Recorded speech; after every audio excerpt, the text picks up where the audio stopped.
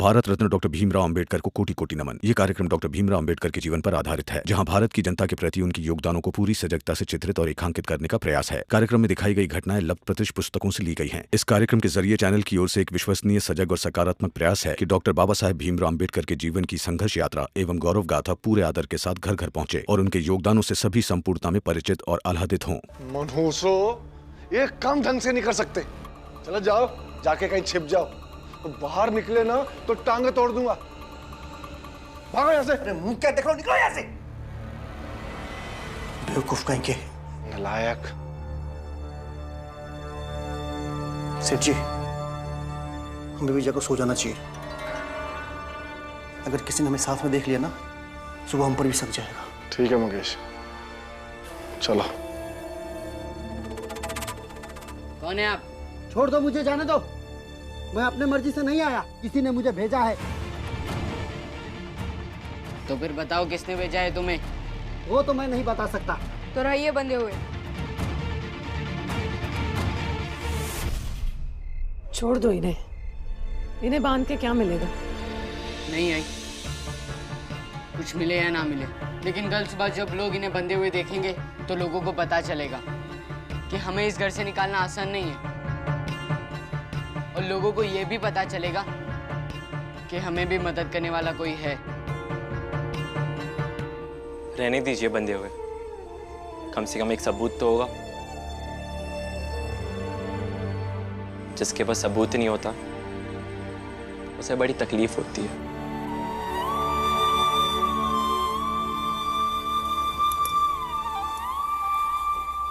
जी बहुत धन्यवाद आपका। पता नहीं अगर आज आप सही वक्त पर नहीं आते तो हम सब कहाँ भटक रहे होते। धन्यवाद। आपके हाथ से तो खून निकल रहा है, मैं दवाई लेकर आती हूँ। नहीं, हल्का जख्म है, ठीक हो जाएगा। अरे नहीं नहीं, बुआ बहुत अच्छी पट्टी करती है। वो पट्टी कर देगी तो सुबह तक आपका घाव में आराम आ जाएगा। नहीं, ठीक हो जाएगा। और वैसे भी मैं आपका दामाद थोड़ी ना हूं, और शादी भी नहीं हुई है, तो आप लोग किस रिश्ते के कारण इतना कष्ट उठाएंगे?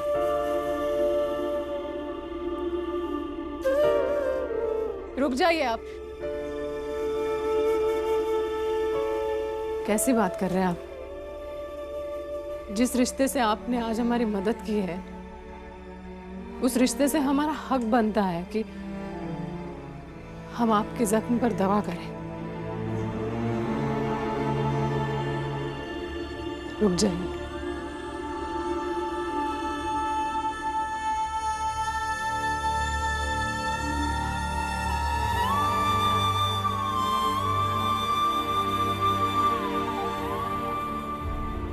आप जैसे पट्टी कर रही हैं, ठीक वैसे ही मेरी भाभी भी किया करती थी। वो भी मेरा ऐसा ही ख्याल रखती थी। मेरे आई बाबा ने मेरी भाभी को मार डाला और मैं कुछ नहीं कर पाया। पुलिस को बुलाया, लेकिन मेरे पास उन्हें गुनहगार साबित करने का कोई सबूत ही नहीं था। ईमानदार पुलिस वाले मिलते कहाँ हैं आजकल? खैर, आपके लिए हल्दी वाला दूध लेके आती हूँ।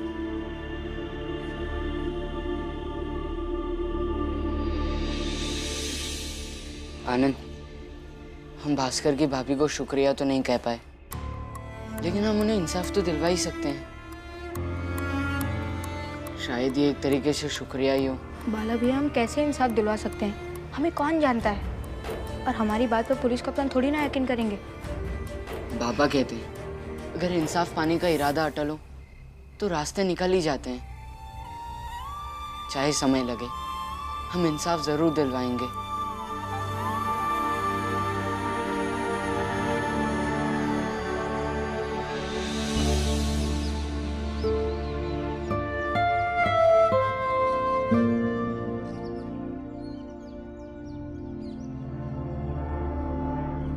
ये लीजिए, चाय पी लीजिए। दूर हटो मुझसे, छोड़ो मुझे, जाने दो। जिसने आपको भेजा है उसका नाम बता दीजिए, हम पुलिस कप्तान के उसकी शिकायत करेंगे। नहीं तो मैं उनका नाम बताऊंगा और नहीं मैं तुम्हारे इस बर्तन में कुछ खाऊंगा पीऊंगा। छोड़ो मुझे, जाने दो। तो रहिए भूखे प्यासे, जब तक आप नाम नहीं बताएंगे हम आपको छोड़ेंगे नहीं। ए, क्या हो रहा है ये? छोड़ो इन्हें। हम नहीं छोड़ेंगे। अगर आपको ले जाना है तो आइए घर के अंदर और ले जाइए। ये भी आप ही की जाति के हैं। वाह, क्या बात कही है तूने। मतलब हम तेरे घर के अंदर आके अपने धर्म का सत्यानाश कर लें? कमाल है आप लोग। रात को आपके ही समाज के लोग नकाब पहनकर हमारे घर में घुसते हैं, हमारे घर का सामान तोड़ते हैं और सुबह होते ही आपका धर्म भ्रष्ट हो जाएगा। ए, चुप! एकदम बकवास मत कर। चुपचाप इन्हें छोड़ दे, इसमें तुम लोगों की भलाई है। छोड़ देंगे, बस अब ये बता दीजिए कि इन्हें भेजा किसने? इन्हें किसी ने भी, इन्हें किसी ने भेजा हो। हम सब गांव वाले चाहते हैं तुम लोग ये गांव छोड़कर चल जाओ, पर तुम लोग तो बेशर्म हो। किसी की बात से और अपने अपमान से कोई फर्क तो तुम्हें पड़ता नहीं। तुम दोनों को सुनाई नहीं दे रहा? चलो बोलो उन्हें, वो हमारे समाज का आदमी है। हमारे समाज का आदमी यहाँ तुम्हारे कब्जे में रहेगा तो हमारे समाज में क्या संदेश जाएगा? चलो बोलो उन्हें। कैसा नाटक करते हैं आप ऊंची जाति के लोग। हमारे बर्तन में खा पी नहीं सकते, दिन में हमारे घर की चौखट नहीं लांग सकते, लेकिन रात के अंधेरे में मुंह बांधकर घर में घुस जरूर सकते हैं। क्यों? रात में आप छोटी जात के हो जाते हैं और दिन उगते ही फिर से आपकी जाति बड़ी हो जाती है।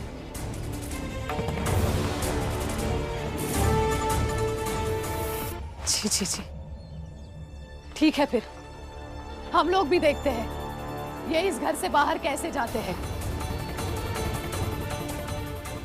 ये तभी इस घर से बाहर जा सकते हैं जब ये बताएंगे कि किसने इन्हें हमारे पास भेजा है।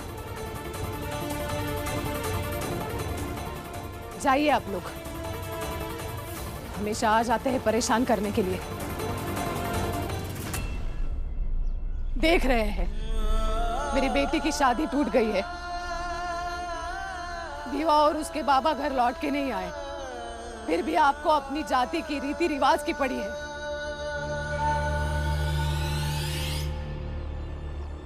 जाइए, आप यहाँ से चले जाइए, हमें अकेला छोड़ दीजिए। और अगर इन्हें छुड़वाना चाहते हैं तो घर के अंदर आके लेके जाइए इन्हें।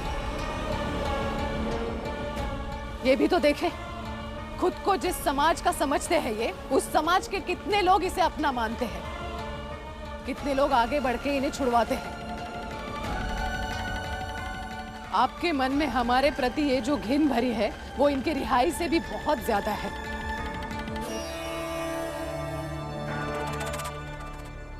आप लोग हमसे इतनी नफरत करते हैं कि आपके पैर आगे नहीं बढ़ रहे इनको छुड़ाने के लिए। आप लौट जाइए और ये मत सोचिए कि रात को बहादुर बन के हमारे घर में घुस जाएंगे।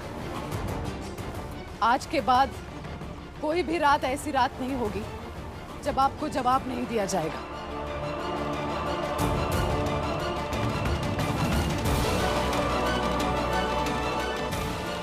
जाइए आप लोग यहाँ से। सेठ जी, हमारी कोशिश तो असफल हो गई, कहीं आपका नाम न ले ले। और हाँ सेठ जी, आप फिर आ गए मनुष्य के घर। आप ही ने तो कहा था ना, जो इस घर के पास आता है वो मर जाता है। तुम लोग क्या समझते हो? बस तुम ही लोग चालाक हो। अरे जरा सोचो, जिस आदमी ने इन्हें यहाँ भेजा है, अगर ये उसका नाम ना बताएं तो वो आदमी इन्हें 3 गुना 4 गुना इनाम दे सकता है। 4 गुना इनाम। फिर पूछते रहना, ये भला क्यों बताएगा फिर? चलो मंगेश इन मनुष्य लोगों के घर से। हमें क्या फर्क पड़ता है ये इन्हें छोड़े ना छोड़े।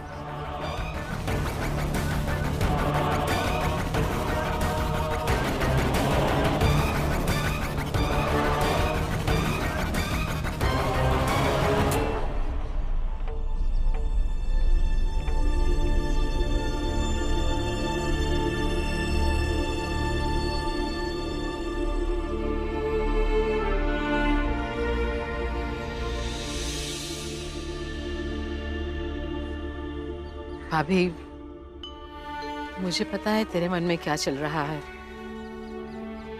भैया और भीम की चिंता लाजमी है।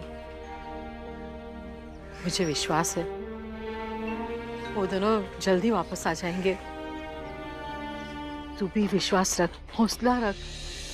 तेरे हौसले पर तो ये पूरा घर चल रहा है।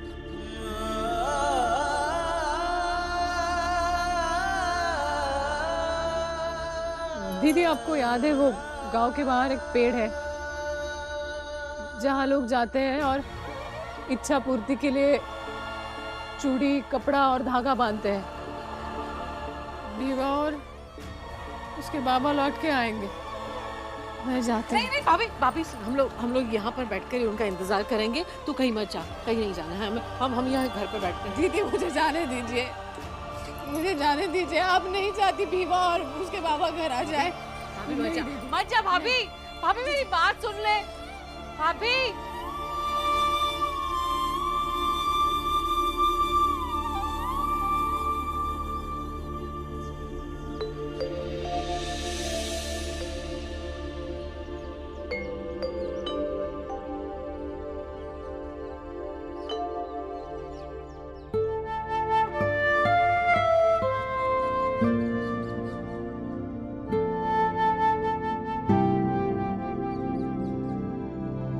भैया, मुझे पेड़ पे बांधने के लिए कपड़ा, चूड़ी और धागा दे दीजिए।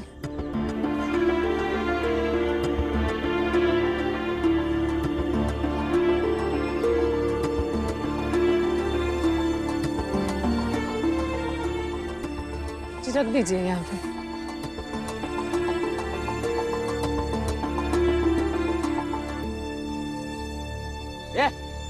पीछे देखिए, मैं यहाँ मन्नत मांगने आई हूँ। मुझे बस अपना काम करने दीजिए। तू पहले पीछे हट। और तू यहाँ क्या कर रही है? तुम लोगों को कोई बात समझ नहीं आती? हाँ? और ये क्या? पेड़ की छाया में चली गई। अरे पूरी जगह को अपवित्र कर दिया।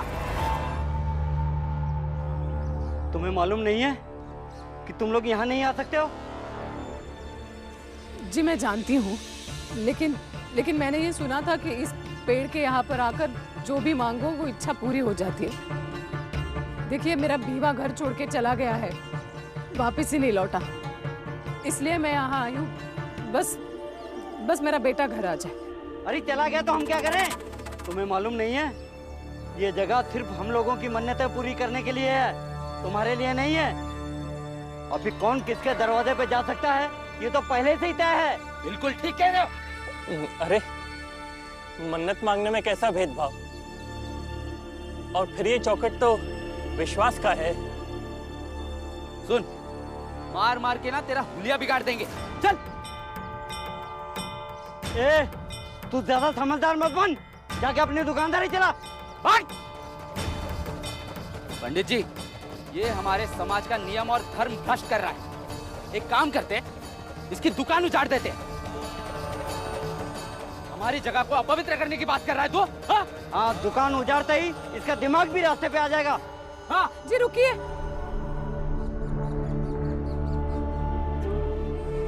इन्हें छोड़ दीजिए। बस मेरा ये जो सामान है वो यहाँ पेड़ पे बांध दीजिए। मैं और कुछ नहीं चाहती, बस मेरा बीवा घर लौट के आ जाए। एक बार कही हुई बात तुम्हारे समझ में नहीं आती क्या?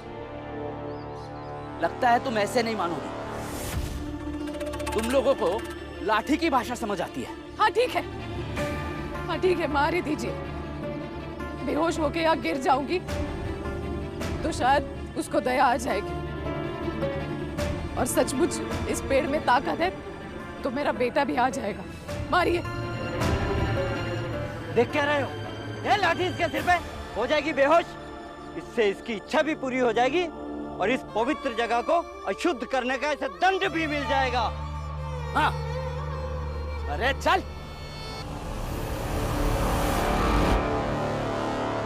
खबरदार जो मेरी आई को हाथ लगाया तो।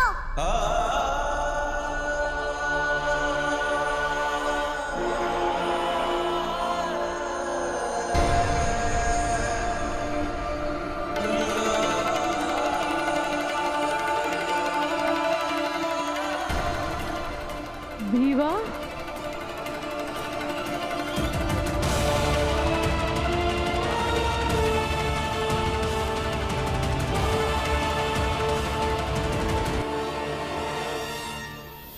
इस पे लोगों का विश्वास है। आई रोज ये देखती होगी कि आप लोग इस पेड़ में बांधकर कुछ मन्नतें मांगते हो। तो आई ने भी जब मुसीबत आई तो उन्होंने भी सोचा कि क्यों ना आप वाला ही उपाय क्यों ना ये भी करके देखें। मेरी आई जिसे आप लोग यहाँ से भगा रहे हैं वो हमेशा मुझे समझाती है कि विश्वास व्यक्ति का बहुत व्यक्तिगत मामला होता है। विश्वास से ताकत मिलती है, मगर बिना तर्क के विश्वास किया जाए तो वो अंधविश्वास होता है। ए भीमराव, तू हमारी आस्था को अंधविश्वास कहता है? हम क्या बेवकूफ लग रहे हैं? नहीं, किसी चीज को तब तक मानो जब तक किसी की हानि ना हो, और तब अंधविश्वास भी हो तो उसे जायज ठहराया जा सकता है।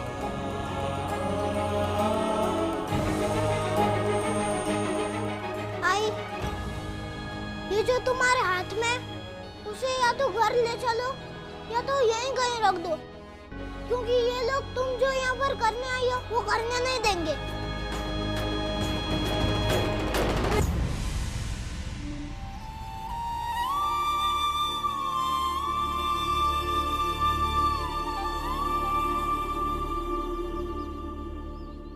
ऐसे लाठी उठाकर किसी का सर फोड़ने की कोशिश करना गलत है और ऐसा करने वाला अपराधी होता है।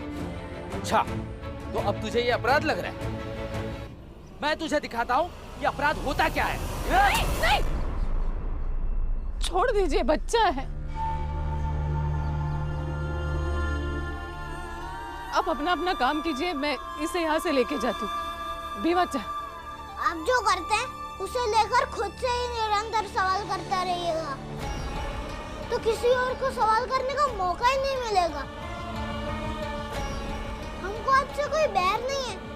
आई अगर आपकी मान्यताओं से जुड़ने आई तो आपको तो खुश होना चाहिए, मगर आप तो गुस्सा हो गए, इसलिए मुझे आपके विश्वास पर एतराज है। मेरा मन कहता है कि हम ऐसी चीजों पर तर्क करें।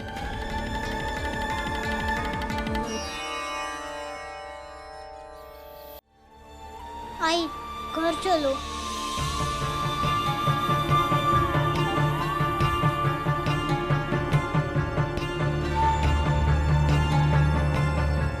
भीमराव ने आज बहुत बड़ी बात बोल दी। सोचना है तो सोचिए, वरना धागा खरीद खरीद के बांधते जाइए। मर्जी आप सबकी। ये जो इतने साल से हम ये अपनी धर्म और आस्था मानते आए हैं, एक भीमराव के कहने पे छोड़ दें क्या? और सुन, हमारी आस्था इतनी कमजोर नहीं है कि इस भीमराव की बातों में आके चली जाए, समझा? अभी अपनी दुकान बंद कर, चल।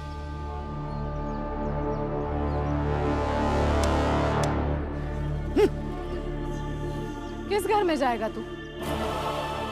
भीवा, मैं पूछ रही हूँ कौन से घर में जाएगा? तू एक काम कर, जहां से आ रहा है ना वहां चला जा वापस, क्योंकि कोई घर नहीं है तेरा। जब तक मैं जिंदा हूं तू उस घर में नहीं आ सकता। आई, ऐसा मत बोलो। इस दुनिया में जहाँ मेरे आई और बाबा हैं, वही मेरा घर है। मैं वो छोड़कर कभी नहीं जाऊंगा। कुछ दिनों के लिए इसलिए गया था क्योंकि मैं अपने सामने मंजुला दीदी की शादी नहीं देखना चाहता था। और आपसे बहस करने की, आपसे विरोध करने की मेरे में हिम्मत नहीं थी। शादी हो गई तो मैं लौट आया। कोई शादी नहीं हुई, टूट गई शादी। सुन रहा है? टूट गई मंजुला की शादी। खुश है ना तू अब? तुझे पता नहीं यहाँ क्या क्या हुआ है तेरे जाने के बाद। तेरे चले जाने के बाद तेरे भाइयों ने, बाला और आनंद ने सब बिगाड़ दिया, तोड़ दी शादी। तेरी बहन मंजुला तैयार होकर बारात का इंतजार कर रही थी, लेकिन बारात नहीं आई। तुझे ढूंढने के लिए तेरे बाबा चले गए घर से, वो अब तक लौट के नहीं आए। और हाँ, वो भास्कर की भाभी जिसका सामान लाने के लिए तूने कहा था ना बाला और आनंद से, उसकी जान ले ली उसके सास ससुर ने। विवाह इतना सब कुछ हुआ है, पता है तुझे? और तेरी वजह से हुआ है।